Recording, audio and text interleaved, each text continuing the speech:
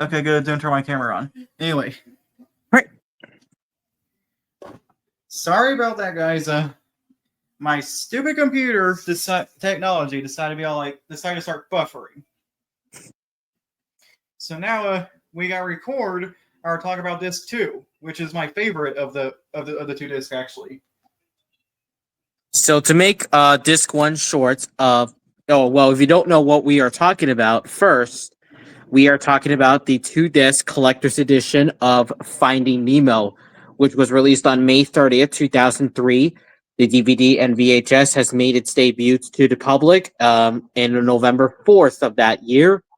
And this movie, of course, for most Pixar tapes back in the day, are actually certified by THX because, THX likes to certify films for better picture and sound, only to backstab us with making some scenes louder. But jokes aside, they are still fun to see. Disc 1, as you can see right here, if I can rotate my camera, it's mirrored, unfortunately. We get Marlin and Nemo on the cover, but the second disc, you can see why this is going to be Jax's favorite version of the film itself in particular. And while we were unfortunately not able to get to disc 1, why not? Disc 2 could be a really good one.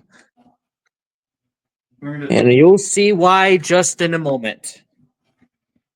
Now, we are going to explain the previews, we're just not going to show them because copyright.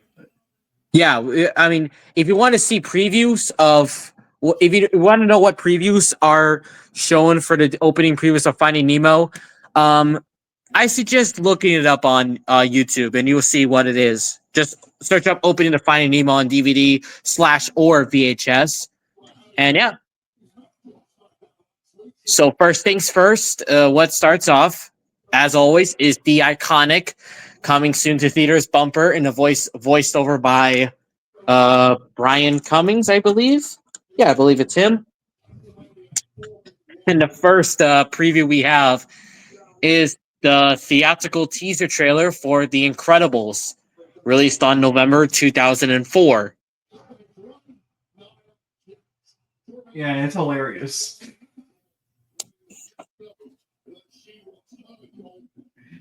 Showing me put his belt on. Right. I can kind of turn sound on, but not that loud. So, all right, the teaser trailer sounds a little interesting. And again, I see why it's teaser, because it's not in the actual release of the movie.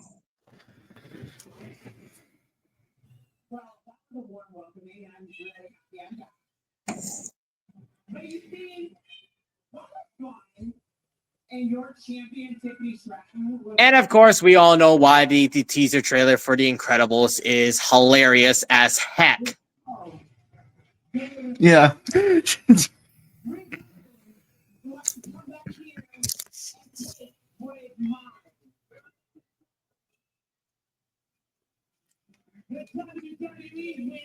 Salad and rice cakes don't seem to work that much for you, bud. Nope, it doesn't.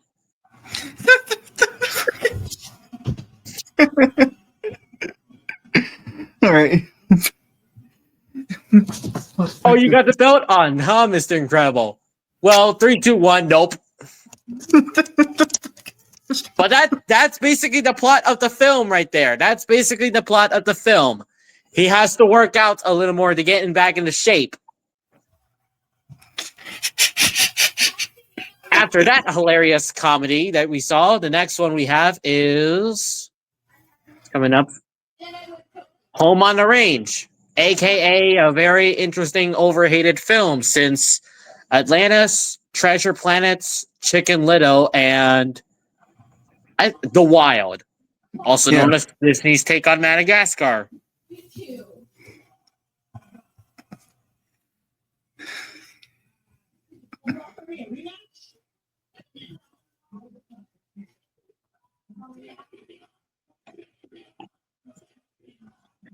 All right, I'm just going to skip that a bit more.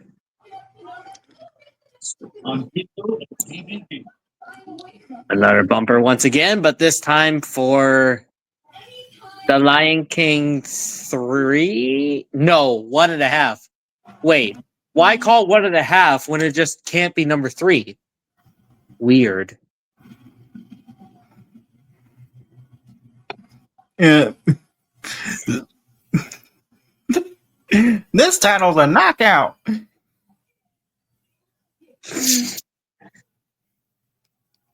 And the last preview for before we get to the actual main event is it's Santa Claus 2. Yeah.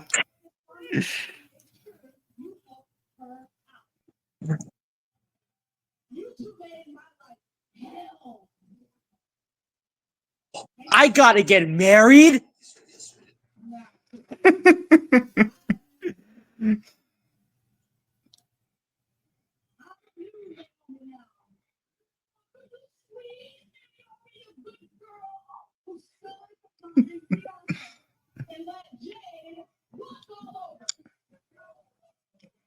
All right, now let's get to the main event.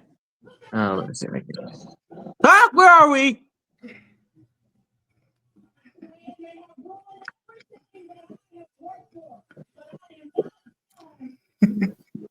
We're in the fishing, guys. So, what's interesting to know here, guys, if you have disc 1, basically the story behind it, or disc 1 in particular, has Marlin and Nemo on the disc, right? It basically takes place at the coral reef. But disc 2, when you see Nigel, Marlin, and Dory on the cover, you get a very different menu screen and different format. And unlike disc 1, we don't have any voiceover. We do have fish swimming around, though.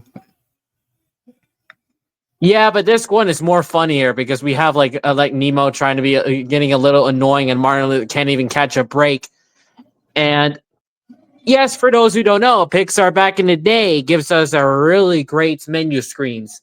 Like think about Monsters Inc., The Incredibles, Cars. All of those movies has those menu screen, has great memory screens. And looking at the cover of the back of the DVD, we get all virtual aquariums, which is one thing people can't hate about this movie at all. Yeah, virtual aquariums are a lot of fun. You just press a little fish icon and it brings you to the. I mean, Andrew Stanley Unkrich say so in the introduction. Yeah, but that is until Lee Unkrich thinks we're seeing Mary Poppins. I mean, for some reason, we're not seeing Mary Poppins. Meanwhile, Dory thinks we're seeing the Little Mermaid, even though we're not. This is Finding Nemo. Anyway, the movie itself is really great. It used to scare me though because of Darla. But who could blame them? I mean, myself, I've watched Finding Nemo on TV before I owned the 2012 Blu-ray. Since Finding Nemo, I mean, Pixar actually released Finding Nemo again into theaters in 3D, and Blu-ray was okay, but when I get to the DVD, I was like, okay, maybe I should get to the older release because why would it be? Well, I love to dive into some nostalgia right here, and apparently Pixar did it again with all the nostalgia since Monsters Inc. or Cars or Incredibles, even though Cars is my favorite DVD in particular. All right. But what's so different about the menu screen for disc 1? You're gonna see just in a moment. Where did Darla come from? Ow. Oh. So we take a unexpected turn of events. We return to the other side of the aquarium, and we see Darla get in the dentist's office, and then for some reason we see Nigel slamming to the window. I'm surprised they didn't actually show a poor dentist patient getting his teeth removed. I mean, thank goodness for that. Anyway, and let's just explain all the bonus features. The first one is a short called "Exploring the Reef" with Jean-Michel Gusteau. And then we have another short called Knick Knack. Very hilarious shorts. And thank goodness it's not the original uncensored version. We don't talk about that here. Mr. Ray's Encyclopedia, where he's teaching us about all the different fish and whatever. We have a very interesting game, Fish Charades. We have a story time. It's weird to have story time because it basically tells the plot of the movie. And another virtual aquarium. There are also some talks that there might be some Easter eggs hidden, like Disc 1. And if you go to the arrow, the back arrow, and press down, you'll get the little green fish. Oh, there it is right now. Do I want to know what's it? Curse you, Aqua Scum! The Aqua Scum 2003. Clean and living. The Aqua Scum 2003 dramatically sealed full face water technology is not produced as air conditioner and fireball mostly plug into the fire releaser. Are you okay, narrator, or did you have like 100 drinks of Monster Energy today?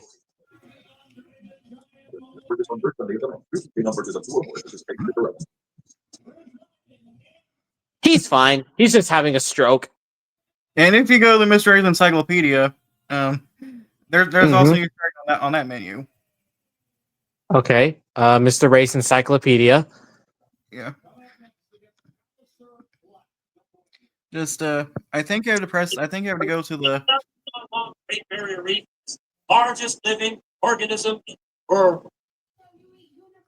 Okay. Okay, good. Before Mr. Ray interrupted me, just go to the down button. Hmm. And I think you have to press down again. And I just did. I just saw a green fish. What do we have this time? Ow. Once again, Ellen DeGeneres and Albert Brooks playing Marlon and Dory in this one. And the final Easter egg is actually on the behind the scenes menu. Thank goodness I got out the. Okay. Okay, let's hit it.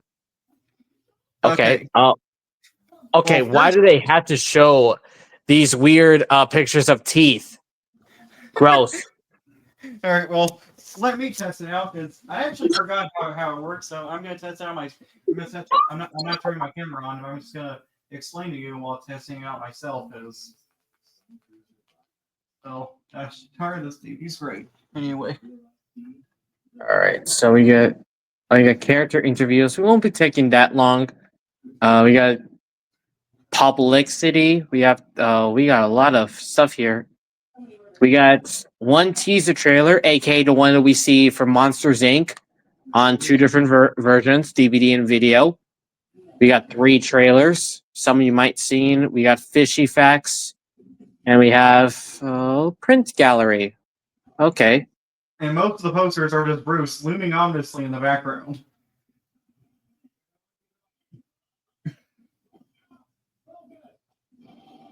Yeah. The studio tour, by the way, actually shows Alexander Gold, the voice of Nemo, and I think it's staged. I think he's also played. And one thing I noticed is that in a young age for Alexander Gold, he actually played the voice of Bambi in Bambi 2. Interesting to know. I never knew Alexander played Bambi either. I known him to play as Nemo. Okay. Oh, slide 2. We have billboards. I don't remember seeing billboards in Finding Nemo at all. I don't think I ever seen billboards here. We have lobby cards. I think they're just film stills of the movie. Bus shelters. Oh, and that's it. I expected international posters like from Japan or Russia or wherever countries around the globe, but I guess that's it. And that's all the. Go ahead. I expected international posters of in a public city. Oh, I spy another Easter egg, or was it the same one I already found? Hang on, let me see. Help me! I'm trapped in your TV. Thank you, Marlon. Duke actually did something. Makes a very hilarious joke where during the studio tour part where Alexander Gold starts crying about how because he thinks they're going to replace him with a computer. He's like, he mentions AI. Yeah, at least at least artificial intelligence wasn't a thing until right now. Oh, that didn't age well, did it? No. Anyway, the virtual aquarium menu, by the way, is literally just a close up of the diving helmet. Okay, so so basically what Jack is also saying, when you tap on the fish icon, you just get the same thing from the menu screen, only this time it's actually a real aquarium. That's what I like about Pixar VHS Pixar movies back in the day. I wonder how much effort Pixar actually did to make these interactive menu screens like this. I don't think I ever seen that at all. All right, now let's go to the scene selections because, why not? Yeah, why not? And there's one thing I think I also like to explain. That's something we didn't talk about in disc 1. Sir,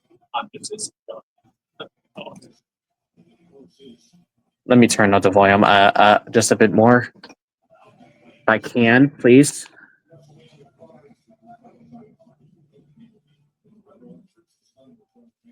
Mr. Mrs. Bellingham. Awesome. We get Crush doing the voiceover of the scene selections, played by Andrew Stanton. Because in disc 1, we have Bruce doing the voiceover, played by the late Barry Humphries. Rest in peace for him. Andrew Stanton, by the way, being the director, and we actually see him live action 2 times in this disc, in the introduction of Leon Cridge and in the studio tour. Clearly staged studio tour. Oh, don't place one serious place, dude. I like how Crush is like doing voiceovers, like he's like it's making this more fun, and Bruce is just like more sinister. And like when I got to when you tap on sharks or get to chapter 8, you one thing you hear, you get Bruce introducing himself to and saying something about sharks, his favorite, and then you hear a sound of his teeth being sharpened. That's interesting to know. This one terribly tight crew. Awesome. Again, I wonder how much effort Pixar actually did for these menu screens like this, and why can't they do this again? All right, money. Who would have thought? Dude, Oh, I always skipped that every time. you gotta find out what they know they are, but what I know, they don't know, you know. I know, you know. They know, we know.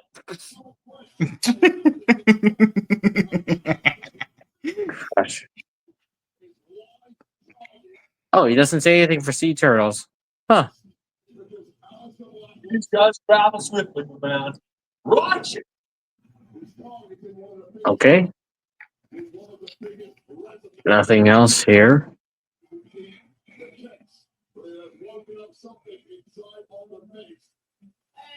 Oh, young God, little blue inside. The other thing. Oh. Nothing else here. Is that it's for Harley little girl. I wouldn't say gnarly, all right. Crush. Darla is definitely not gnarly. She used to scare the crap out of me, guys. Meanwhile, Duke got scared by the anglerfish. Yeah. But there's one thing to blame.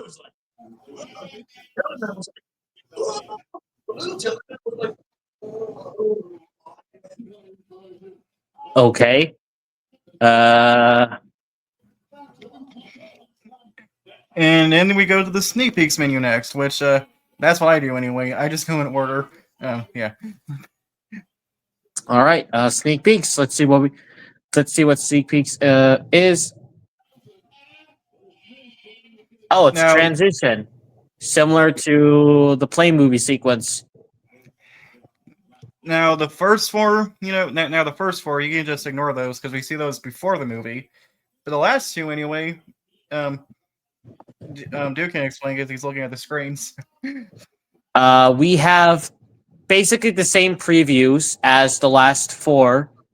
Only this time we have special editions. Let me turn down the volume because I don't want to show the previews because it is copyright. We get special editions for, let me see. It's gonna show soon enough.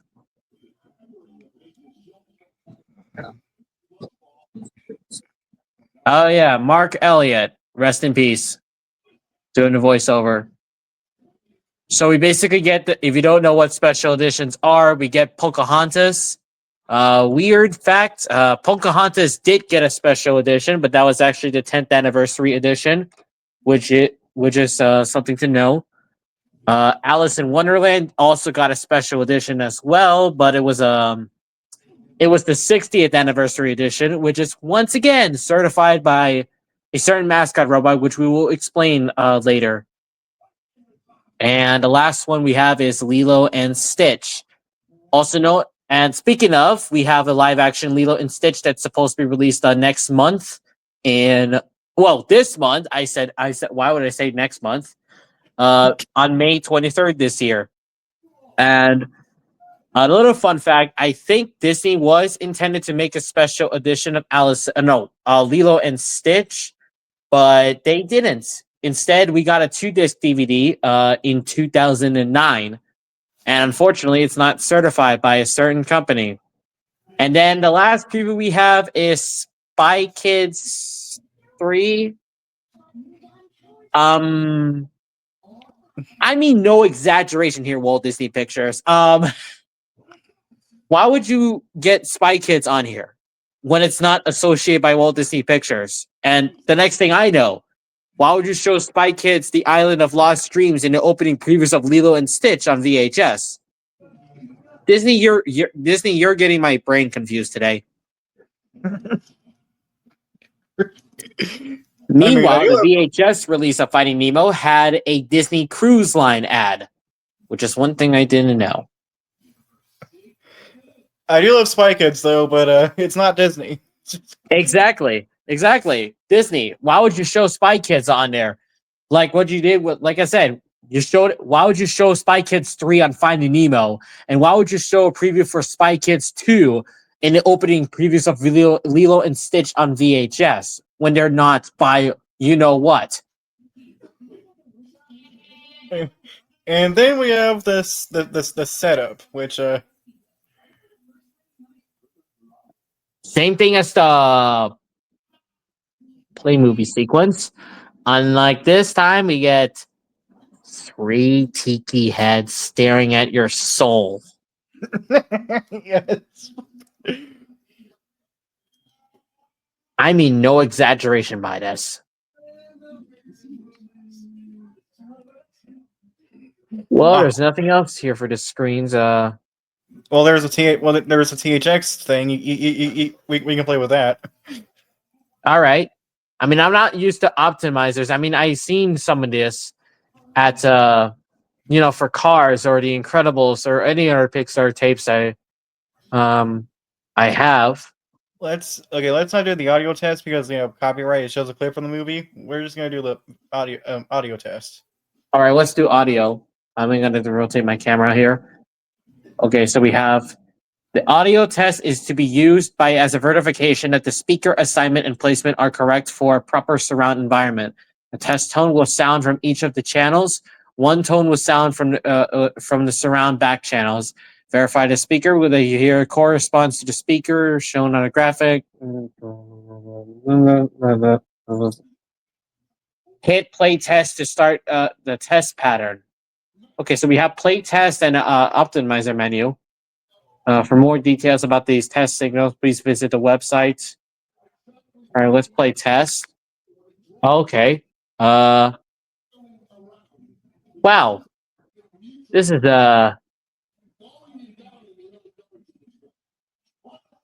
Oh, I'm not doing anything on my remote.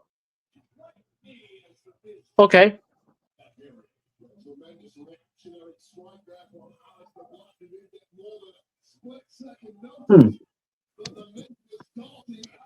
And then and you just gotta press the OK button, I think, on our remote till I get to the next thing. Okay. Oh. And we're back to speaker phrase again. So you play test. Stand between two speakers highlighted. Out of phase. Sound image should appear disparate and difficult to localize.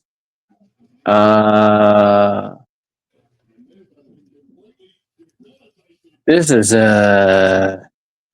interesting. Yeah.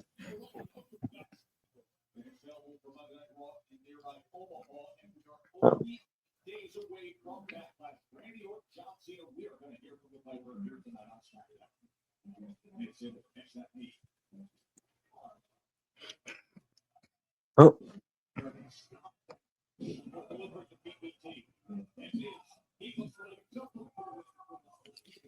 Warning, this test requires the user to lower the volume level. I think you're a bit too late for that, subwoofer crossover, because I have turned the volume down to avoid copyright for the sake of avoiding copyright here on this platform. Subwoofer. Oh, not again. And we're back to the menu screen. Yeah. And why not? Why not? Let's just put on the introduction anyway, because it's funny. I mean, I'm not returning to film yet. Setup. I don't know why you say that. Oh yeah, introduction. This is going to be different than disc 1. So let's get to that. Hello, welcome to Disc 2 of Finding Nemo. I'm Andrew Stanton, the director of the film, and I'm Lee Unkrich, the co-director. AKA the director of Toy Story 3. The digital source. You have a widescreen version on Disc 1. You're on Disc 2, full-frame version of We kind of explained disc 1, Andrew, but at the end of the day, we kind of not got around to it. So you won't miss it. Well, sort of. Discover the wonder of the ocean by watching Exploring the Reef with Jean-Michel Cousteau. And watch our 1989 short film, Knick-Knack. Learn about the real-life fish of Finding Nemo in Mr. Ray's Encyclopedia. Test your guessing skills with the game Fish Charades. And kids can listen to a tale of Nemo in story time. And just like on Disc 1, when you select the fish icon, the menu text will disappear, turning your TV into a virtual aquarium. Which we already got Of through. course, there's a few Easter eggs on this disc as well. So grab your remote, sit back, and enjoy Disc 2 of Mary Poppins. Finding Nemo. Finding Nemo.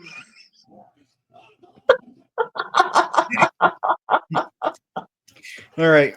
We're not gonna watch the actual movie because we're not watching the actual movie because, well, why should we? We are gonna see our good friend Tex though. Yeah, we are. Now, for those who don't know what THX is, you know what that happens. You get a blue icon or a blue border. You get a text that says digitally mastered for optical video and audio performance. And the next thing you know, you get digitally mastered THX on there. But this one, however, very different. It's not like the VHS version of this film. So if you remember Monsters, Inc. and Cars, you're going to see just a moment. And here we are playing movie sequence from the setup and sneak peeks.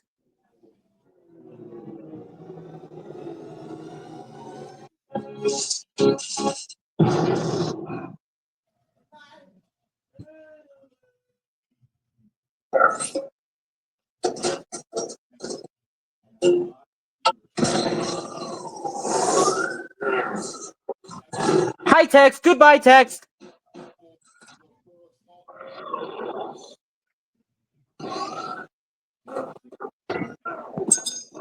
That's different than the one I known from Cars. Huh.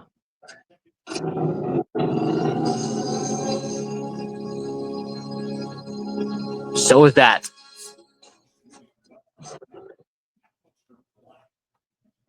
Well, that was something. Yeah. Now, Yes, the freaking Blu-ray version has the Disney logo. I'm not really that big of a fan of the hyper realistic one. Yeah, the Disney. I think they basically just use the new Disney logo because for newer releases and re-releases don't make sense. Same to like Cars on Disney Plus when you just get the newer logo. I mean, they just used it just to like because it's not 20th anniversary anymore. Yeah, And yeah, meanwhile, I like the older logo because it's just more nostalgic. You know, like the music and the camera zooming out from the gates. yep, pretty much. I mean, it's almost and it's like the 1990s version of the Walt Disney Pictures logo. Only this time it's not for hand drawn animation, and it's actually in 3D, which is one thing that's different. Thank goodness I don't have the sound on for this one because I can see that why this is in full frame. Very, very different than the screen I know. And by the way, there and of course after that we get our good friend we got another good friend of ours, Luxo Jr. Yeah, Luxo Jr. Who could have hated that lamp? Even Now, though how he do I?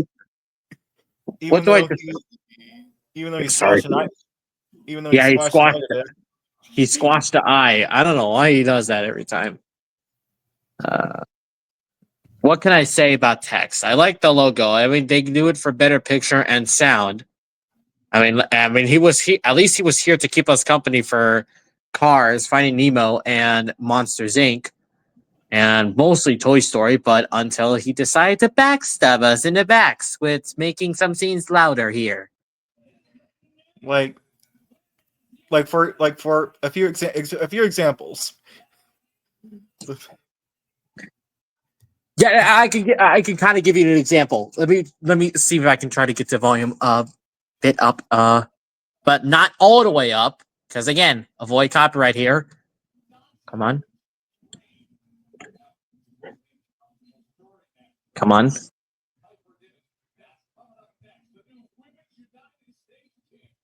Examples for Finding Nemo. Yeah. This monstrosity. That's number one. That's number one.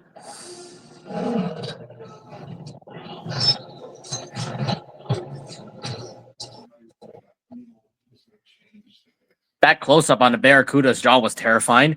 And I think the 3D version made it even more terrifying because we see the bottom of his jaw. Okay, number one. Okay, that was number one. Number two. I don't know if this counts. Bruce, maybe, or I don't know. Well, there's the divers. Yeah, the divers. Let's get to another.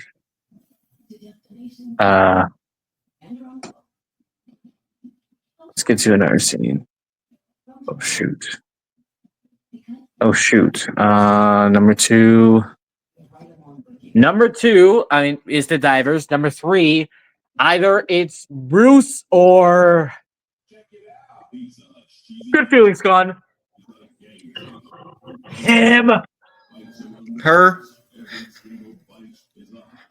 The anglerfish is a girl. The anglerfish is a girl, guys. It's been confirmed. Okay, so that was the all right. We got to Bruce. We got to anglerfish. Let's get to. I don't know what other scenes are there.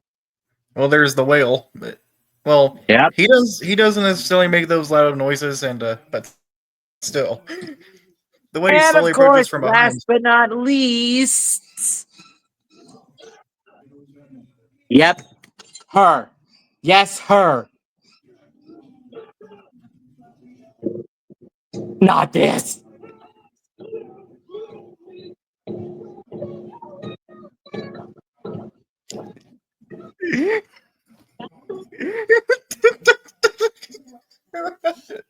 That cycle theme. My gosh. No wonder why Tex made it loud.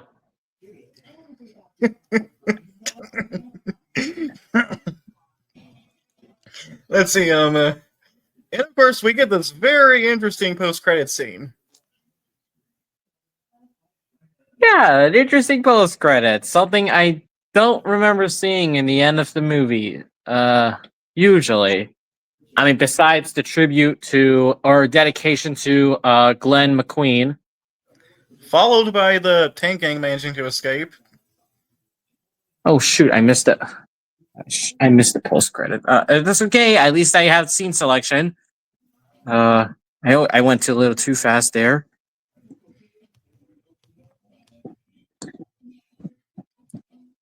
We also get a few cameos in the movie as well. Buzz Lightyear, Mr. Incredible, Luigi from Cars, and Mike Wazowski.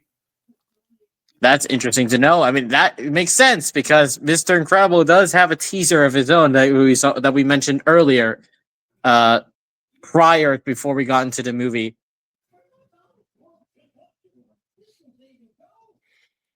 Let me see if I can fast forward the credits again. We got some characters just messing around during the credits. That's interesting. We got those kids who played at Mr. Johansson's yard. Yeah. And then we have Marlin and Nemo playing with. Oh yeah, there's the psycho theme I was talking about earlier by the one and only Alfred Hitchcock.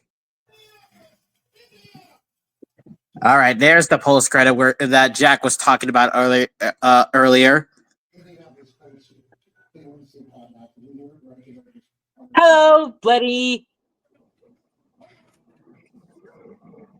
No. What?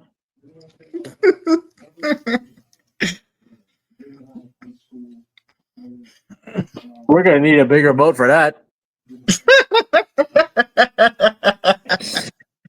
Okay, so that was the interesting post credits that I don't remember seeing the movie until right now. And right before it, by the way, Mike Wazowski appears, but you don't have to show that. I don't have to. I mean, I can just show a picture of him.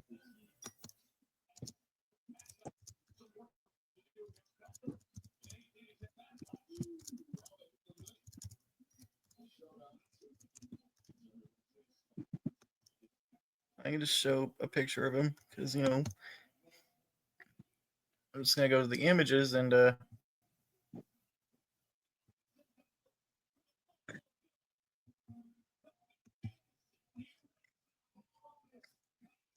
picture I found is circled around him.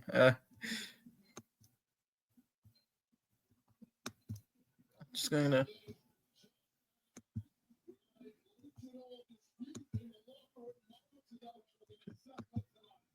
Yeah, okay.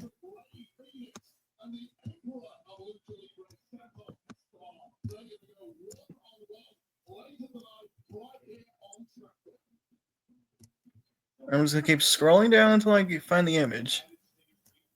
Yeah, there it is. I'm going to click on it if it'll let me. And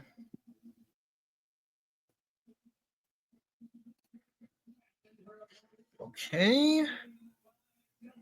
Computer's being slow, guys. Computer.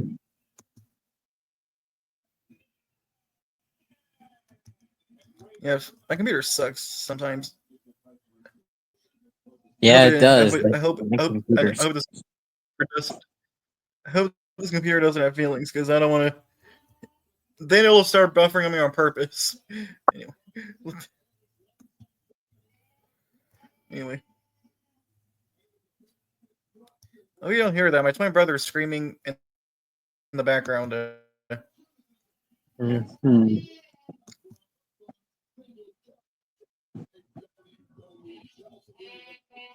Anyway, and there he is. Oh boy. This is right before Blenny appeared. This is right before the post-credit scene, like right before it. And yeah. I was like, what is Mike doing here underwater? Anyway, I'm gonna stop shit. It's a coincidence because I happen to have Monsters Inc. on DVD. Yeah. Sometimes Pixar really gives us clever Oh, wow. Easter eggs besides the A113. Maybe we can do a podcast. Yeah, go on, Jack. What did you just say? Yeah. Maybe we can do a podcast on Disc 2 of Monsters Inc. I guess next week. Maybe just the bonus features, thing, because Yeah, I mean, yeah. Disc 1 in particular is just kind of similar. Only this time you get unlike Monsters. I mean, on Finding Nemo, I almost said Monsters Inc. We actually get the movie in two different formats, unlike two separate discs in different formats. Yeah. And All right. Well, guys. Wait, what?